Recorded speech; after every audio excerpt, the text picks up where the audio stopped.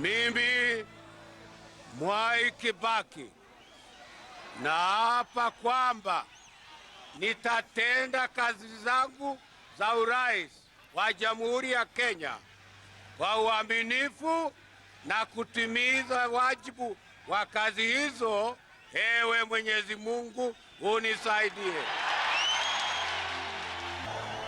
Na sisi tukiwa watu wa Kenya na tunajivunia Kenya yetu, basi tuendelee kama kawaida.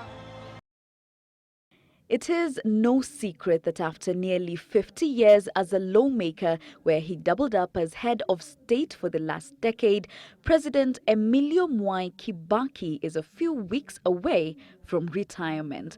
A fact that despite the final leg of his duties as the president, he remains well aware of. Some duties that he will oversee and officiate for the very last time.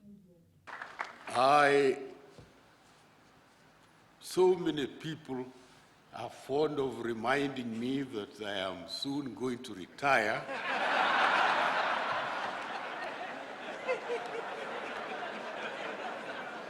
And I want to tell them I have not forgotten. And it has not come sooner. I will be very ready.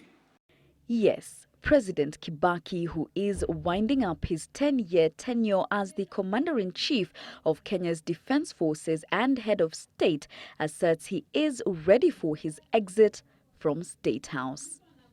But, ladies and gentlemen, that is not very important news. No, it isn't. Because it's telling you I have been around and I'm going to retire, but I will be around. And therefore, it is not the thing that is worth noting. What we really want to have from you, the citizens and visitors of this country, is that you should continue this rate of development.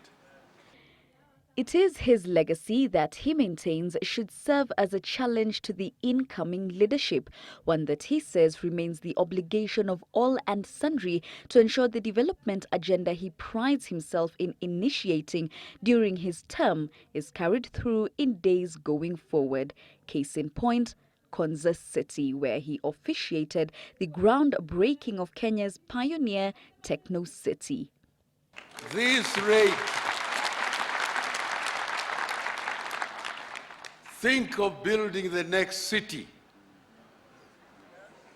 and think of the next road to which part of Kenya, and think of what you would like to see happen to Kenya.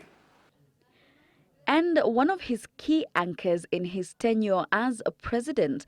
When we took over, we talked about beginning to develop education so that these children, all of them, regardless of the status of their parents, regardless of what wealth their parents have or don't have, that they could all get educated and get on very well. That as many teenagers as possible attend secondary school, my government will provide free secondary education from January 1st, the year 2008. As Kibaki takes stock of the 10 years he has led the country, he leaves with cautionary statements to the citizens that he has served as president to think long-term in matters development. But ladies and gentlemen, you cannot begin to celebrate little things, just little things you do and you celebrate. No. Don't be too fond of celebration. Let us decide to get this development here. Let us get the people who are planned to be in the map we saw there, and let us get them from the rest of the world to come over and to build together. That is when we shall make progress. Jackie Maribe, Citizen Live at 9.